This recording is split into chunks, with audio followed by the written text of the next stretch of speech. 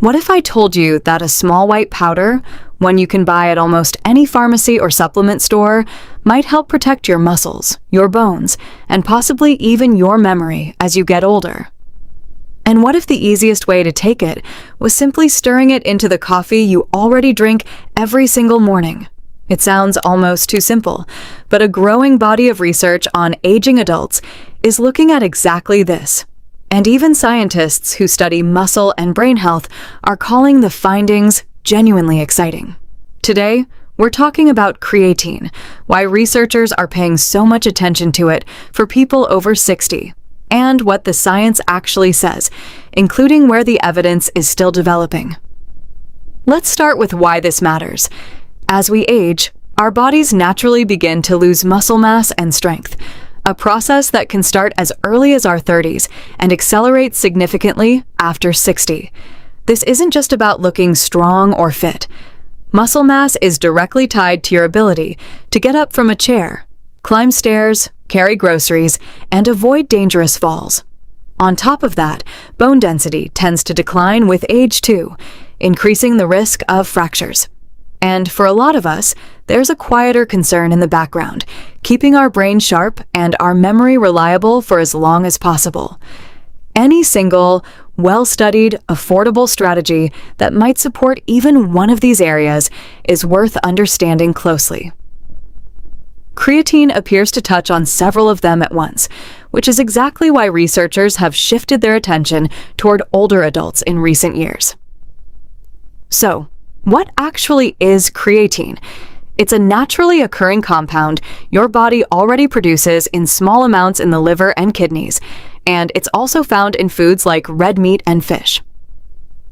Inside your muscles, creatine helps regenerate a molecule called ATP, which is essentially your cell's main energy currency.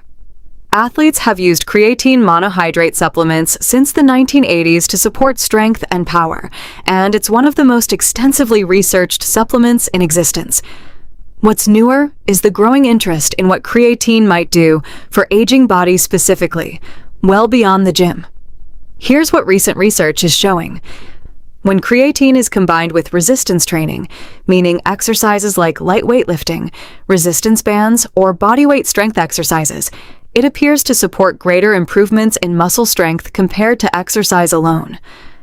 The benefit shows up most clearly when creatine is paired with physical activity, not when it's taken passively while sitting on the couch. There's also emerging, though more limited, research on bone health. Some studies suggest creatine, particularly combined with resistance training, may help support bone density and reduce markers of inflammation associated with bone loss. This area of research is newer and less settled than the muscle strength findings, so it's best described as a promising direction rather than a proven benefit.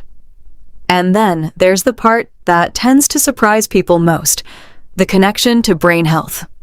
The researchers concluded that current, though still limited, evidence suggests creatine may be associated with cognitive benefits in generally healthy older adults. That's a meaningful finding, but notice the careful wording researchers themselves used. Limited evidence. Associated with, suggests. This is not the same as saying creatine is proven to prevent memory decline or protect against dementia. The scientific community is being appropriately cautious here, and they're calling for larger, high-quality clinical trials to confirm whether this effect is real, how strong it is, and who benefits most. This brings us to an important theme running through nearly all of this research. Creatine supplementation for older adults is a genuinely promising and active area of science, but it is not a magic solution, and it's not going to work in isolation.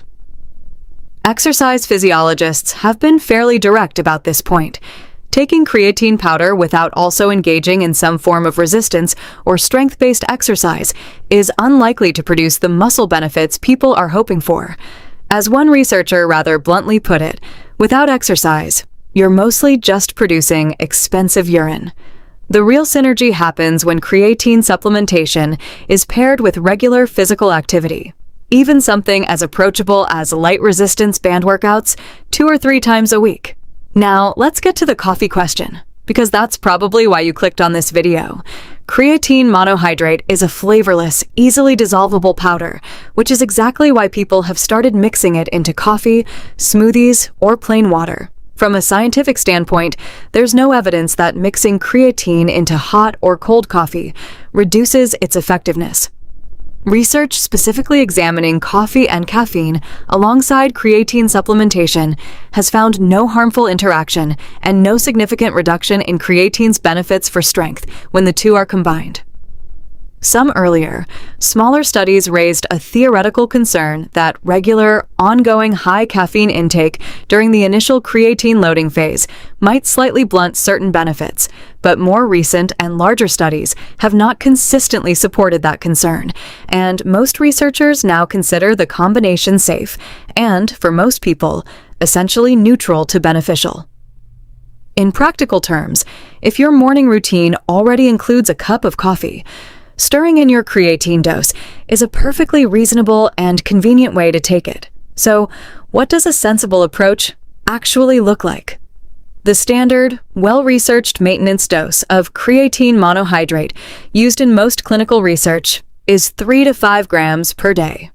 That's typically about 1 level teaspoon, mixed into water, coffee, or a smoothie.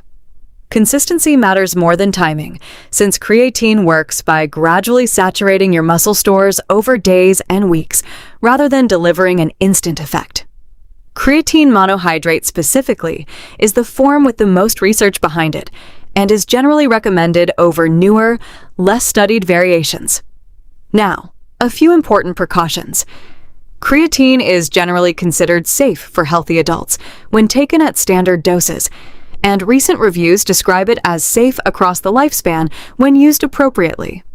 However, if you have kidney disease or any condition affecting kidney function, you should talk to your doctor before starting creatine, since your kidneys are responsible for processing it. The same goes if you're on any prescription medications, particularly ones that affect kidney function or fluid balance, since your doctor can check whether creatine is appropriate alongside your specific treatment plan. Creatine can also cause mild bloating or stomach discomfort in some people, especially at higher doses, so starting with a lower amount and staying well hydrated can help.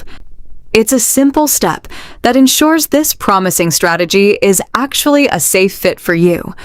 The bigger picture here is one worth remembering. No powder, however well researched, replaces the fundamentals of healthy aging: staying active, eating well, sleeping enough, and keeping up with regular medical care. But when a supplement this well-studied and this affordable shows this much promise for supporting strength and independence later in life, it deserves a real, informed look rather than being dismissed as just another gym trend. If you found this helpful, share it with someone in your life who's looking for simple, honest ways to stay strong as they age. And if you want more clear, science-backed videos made specifically with your health in mind, go ahead and subscribe, because we've got a lot more coming.